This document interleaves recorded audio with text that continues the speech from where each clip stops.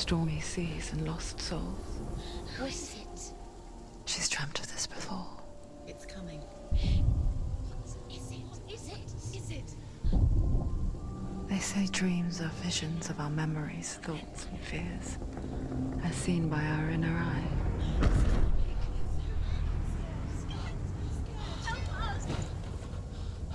But what if each one of us is always dreaming, even when awake? And we only see what our inner eye creates for us. Is this what hell is? A world shaped by Senua's nightmares. Maybe that's why people fear seeing the world through her eyes. Yes, she's scared. Because if you believe that Senua's reality is twisted, you must accept that yours might be too.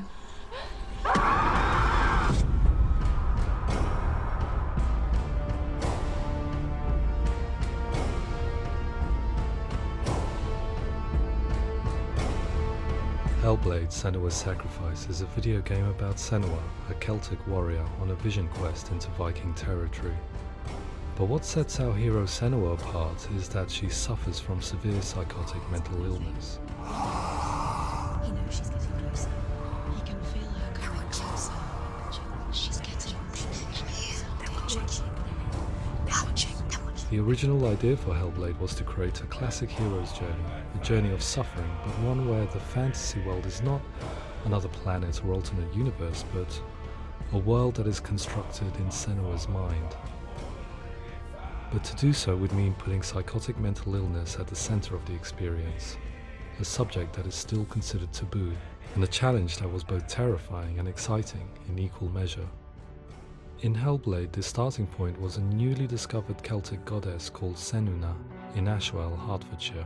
When first discovered, her name was thought to be Senua, a name which I liked and kept. I wondered if Senua might have been a Celtic warrior like Boudica who stood up to the Romans. While the Romans had conquered all of Europe, there was a group of Celts up in the furthest reaches of the Roman Empire that could not be conquered, the Picts. And so the Romans built a wall, called Hadrian's Wall, that spans across Britain from sea to sea to keep the Pictish barbarians at bay.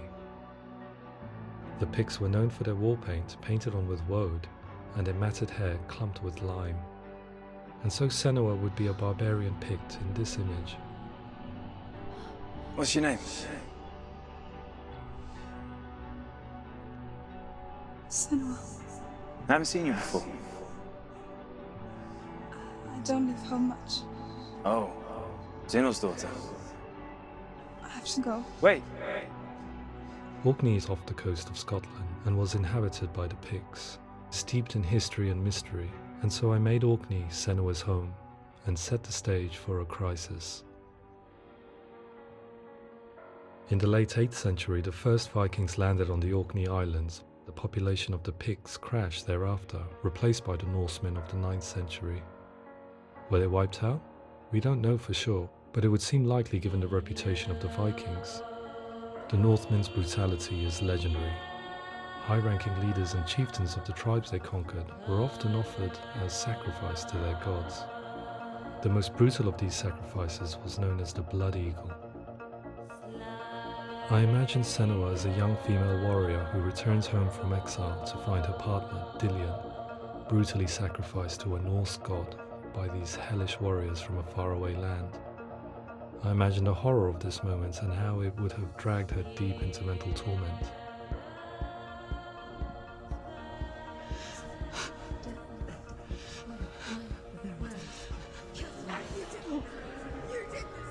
No!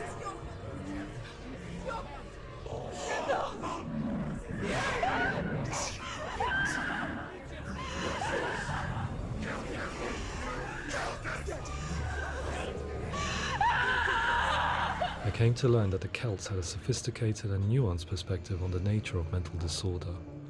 One term they used was gelt. A gelt is a man or woman who has been driven mad by a curse, battle trauma, or grief. The gelt would take to a life in the woods in search of penance, punishment, and purgation. And so Senua became a gelt, cursed by darkness, looking for redemption in the wilds. Another word the Celts used in reference to mental disorders was druth, meaning fool, or Liar. one who utters the words of God. They tell of the mad sinner who flees battle into exile and takes on a beastly nature, growing feathers on his body. The character called Druth in Hellblade is based on a little-known person called Findan, an 8th century Irish Celt who was captured and enslaved by the Vikings, but eventually escaped to Orkney where he became a monk. I will tell you my stories of hell, if I may walk with you. Upon meeting Senua, it would be his stories that fuel her quest deep into their world of gods. The Northmen say the world will come to an end. The sun will grow black, the earth will sink into the sea, the stars will disappear, fire and water will meet, flames will play against the sky, the heavens and earth and all the world will be burned, all the gods will be dead, and the warriors of Valhalla and people everywhere. Senua, prepare yourself for Ragnarok, for it is nigh. So the stage was set for a new adventure, a journey into the Norse underworld called Hell, a vision quest fueled by madness and myth, a fantasy that was created by Senua's own mind, and one that we would experience through her eyes. This is your mission. This is your quest. There is nothing else left. To make a game about a warrior with psychotic mental illness as its central theme was fraught with danger. Mental illness such as psychosis is still taboo and rarely acknowledged in a century of cinema, never mind the new medium of games.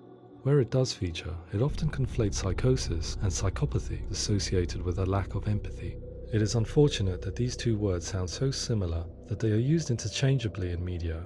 I must admit that I didn't have to look very far to discover my own ignorance of the subject. So we reached out to Paul Fletcher, psychiatrist and professor of health neuroscience at University of Cambridge. Psychosis is a descriptive term, and it refers to having a loss of contact with objective reality. So it's characterized by two main sets of symptoms. One of them is hallucinations, where somebody experiences perceptions when there is no actual objective thing out there to perceive. You're already dead. Who are you? And the other is delusions, where somebody comes to very often bizarre, unpleasant, frightening beliefs when there's no good evidence in favor of them. There's no doubt about it. The source of the darkness is in Helheim, and the goddess Hela holds his soul there. We reached out to Welcome, a biomedical research charity that spends billions on research and awareness programs aimed at improving health. Mental health hasn't always been presented in the media in a way that is particularly helpful. It can be challenging to engage people with the subject matter, and there are a lot of preconceived ideas about mental health, and particularly schizophrenia and psychosis. So we hope our support allows the team to continue to collaborate with Paul Fletcher and with those who have experience of psychosis to create a game that provides a fresh perspective on the condition and allows audiences to engage with it in a way that just wouldn't be possible in any other medium. What started out as a brief consultation convinced me that we were only scratching the surface of an immensely deep and interesting subject that could enrich and change the very nature of the game. That's cool. Thanks so much for coming here. Pleasure. Thanks. It was really interesting for me. I'd love to be involved. It's fascinating.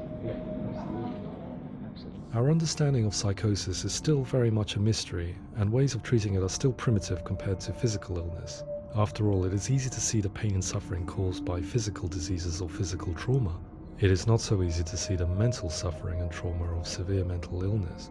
But what if we could find a way to see it? Games are capable of drawing you in for hours on end, playing the role of a character who is different from you, experiencing their perspective, and actively involving you in a world that functions with a different set of rules. That voice is not a comment. That voice calls you to your death. It's an evil voice. If we were to represent Senua's psychosis, we would have to simulate voice hearing, a common attribute. But how can we simulate something we have no first-hand experience of? Professor Charles Fernyhough, a leading expert in voice hearing from Durham University, offered his help. Hearing voices is an experience that is usually associated with severe mental illness, and crucially we know that hearing voices is a part of ordinary life for many people who don't meet the criteria for mental illness. Yeah. Oh, that's not him in real life. We know voices vary according to where they appear in space. Voices can appear far away in the distance, they can appear right there in your ear, they can seem to be coming from inside your head. Based on the information Professor Fernie Ho provided, I put together a sound brief and invited some actors to the studio. We recorded the actors using a binaural microphone, which records the 3D spatial position of sound, replicating the way sound is heard by human ears. It gives you an incredible sense that the person you are listening to is right there beside you. Can't see how she's going.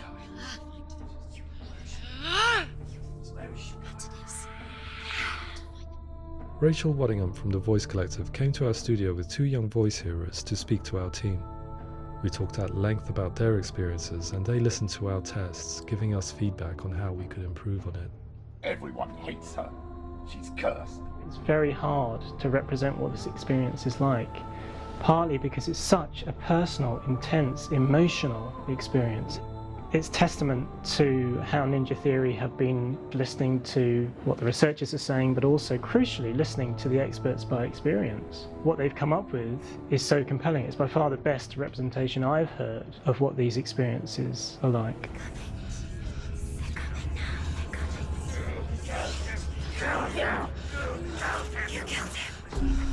Other common attributes of psychosis are visions and flashbacks. We met with Recovery College East, who work with and care for people recovering from severe mental disorders. A group of service users gave us their first-hand account of what they experience. Sometimes when the visions or what we're seeing is too much, it becomes more difficult until eventually we perhaps don't see anything. The people we spoke to, the stories they told, were fascinating, harrowing and mind-boggling. The reality of what people experienced was vivid, far exceeding what I could possibly have imagined. We went away itching to represent some of these visions and flashbacks in the game.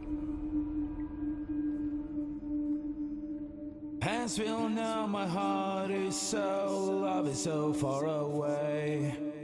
Don't you know how I wanna feel deeper?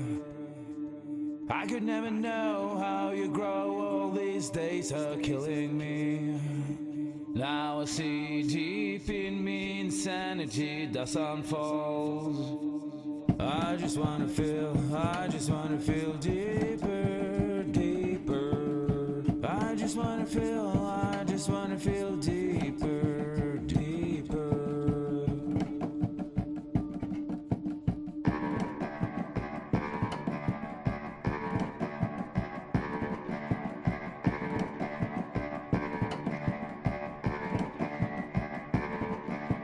As we all know, my heart is so, love is so far away. Don't you know how I wanna feel deeper?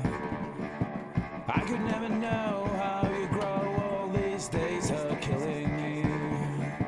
Feel like this, read like this, I just wanna live that song. I just wanna feel deeper, deeper.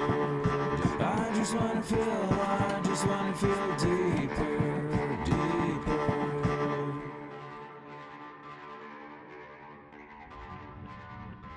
To refine our work, we continue to hold meetings with Recovery College East over the course of a year and a half, showing them what we had achieved so far and refining the in-game representations based on their feedback. With their help, flashbacks, visions and changes in perception were woven into the story and gameplay of Senua. The students that are involved in this project are incredibly excited about being involved. They have described the experience as being important because it values their lived experience and shows that despite what we have been through, all of that experience becomes valid, that actually it's something that we should all be talking about. The experiences described range from beautiful to frightening beyond comprehension. I heard of a girl who has to live with an angry voice screaming at her, slamming on her doors and walls 24 hours a day. I met someone who would often see hanging corpses in a room, so real that she would sometimes try to rescue them. The panic and fear that comes with such visions is entirely understandable, and it can be a living horror for some. Worthless, weak, pathetic. Go on, feel sorry for yourself, because there is no one left to do that for you. I was urged by one fellow that we should not shy away from showing this horror, and so I was perpetually torn in making Hellblade. Had we gone too far with our representations or not far enough? broken and lost.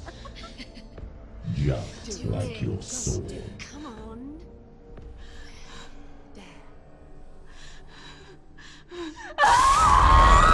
In some ways, voice hearing and visions were the low-hanging fruit, so to speak. There's another aspect of psychosis that is much harder to explain, but one that I think video games are uniquely able to represent, which are often called delusions. People begin to see patterns in the world. They begin to link things that most people wouldn't link. Most of the things that we might think would be coincidence or, not worth commenting on. Nevertheless, that might have a particular salience or importance for them. One individual described how everyday words, sounds, colours and objects were steeped in meaning to him, forming a strange and sinister puzzle that he was determined to solve but could not quite get to the bottom of. It's not just brain dysfunction. It's not like the system shut down. It's actually an incredibly creative process. The person creates a world populated with voices and phantasms and terrors, and they're completely immersed in it. They believe in it.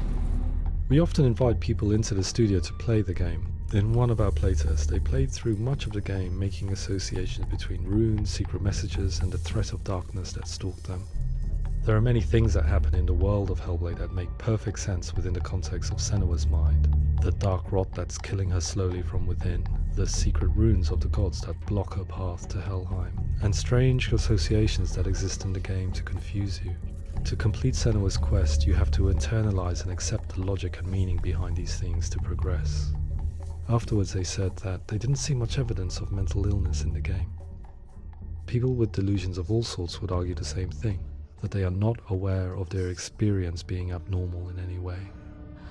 I need this sword. It's important. Representing perception changes and thinking patterns within Hellblade gives us a set of symptoms common in psychosis. But people with lived experience were keen to emphasize another point, that it is wrong to define a person by their symptoms. Quite often, the illness comes not from the symptoms, but from the stigma, isolation and mistreatment that comes about from the rest of society. They say that I'm cursed. What if they're right? I needed someone to portray Senua, someone who could believably internalize her suffering.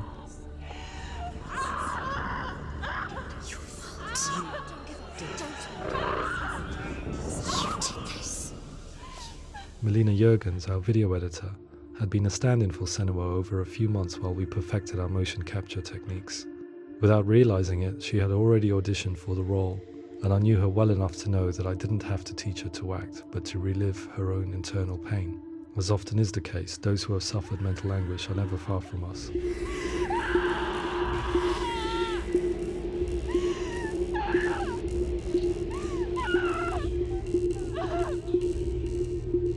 My hope is that by creating a compelling and aspirational character in Senua who feels very much real, albeit in a fantasy setting, we can provide a lens into her reality, a different one to yours, and this is where storytelling comes into play.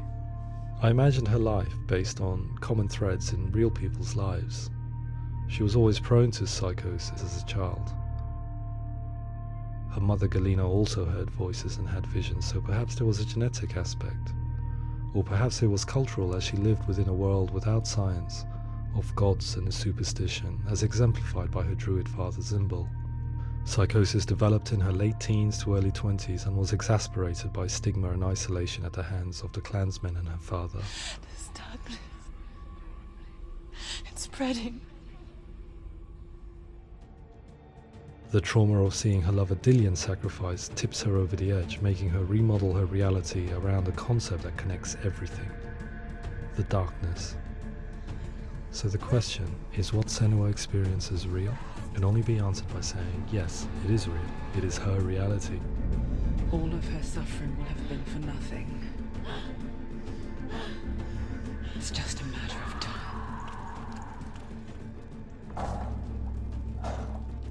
Towards the end of the project, service users and professionals that had collaborated with us were invited to see the near-final game. It was a chance to see if the game had reflected their views or if it had misrepresented them. For me, being involved in especially developing Senua's character has been really important, and being able to bring in my perspective and what I see and what I hear and having that built into the game has been a real privilege. It's gritty and it's meaty, and there are some tough subjects in there that are being tackled with honesty.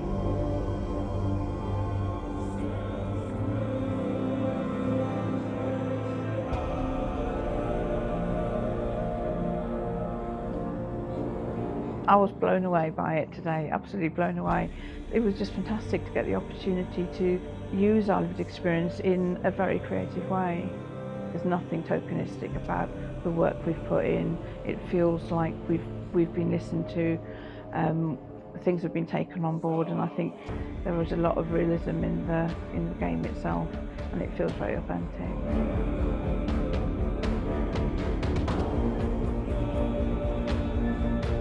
Hellblade will give people a good experience of what it's like to hear voices and have those experiences. I'm glad that the guys at Ninja Theory kind of asked us to come along and help them build an experience that's positive when it comes out, and get myself a copy and have a go.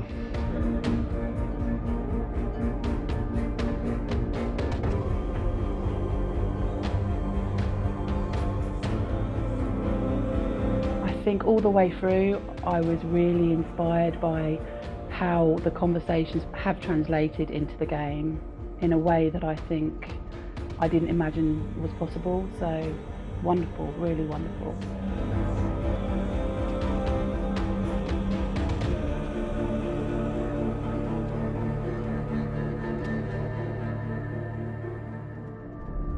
I really hope that others will follow the lead they've set and use the power of something like a video game to change people's perceptions, to increase understanding, and ultimately to make some of the stigma around voice hearing and other experiences go away.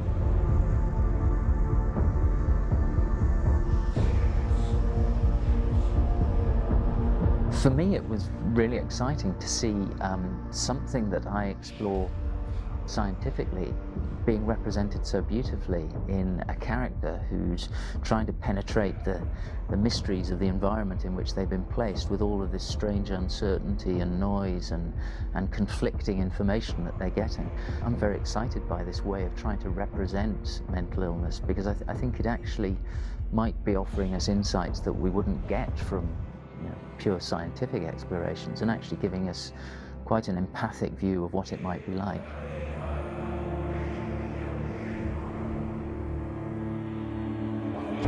Mental illness has been with us for as long as we have been on this planet, but why? Why hasn't evolution stamped out this weakness from within our gene pool? I often pondered this question until I realized that the question had an inbuilt flaw. It assumes that being and thinking differently is a weakness. The only reason we have computers, spacecraft, medicine, poetry, art, and yes, even video games is because individuals are able to simulate new abstract realities in their minds and share them with the rest of us. We need people to be willing to see differently in order for us to progress and survive as society. And we need to be open to these new ways of seeing. And it is this spirit that motivated me to create Senua's story and share it with you.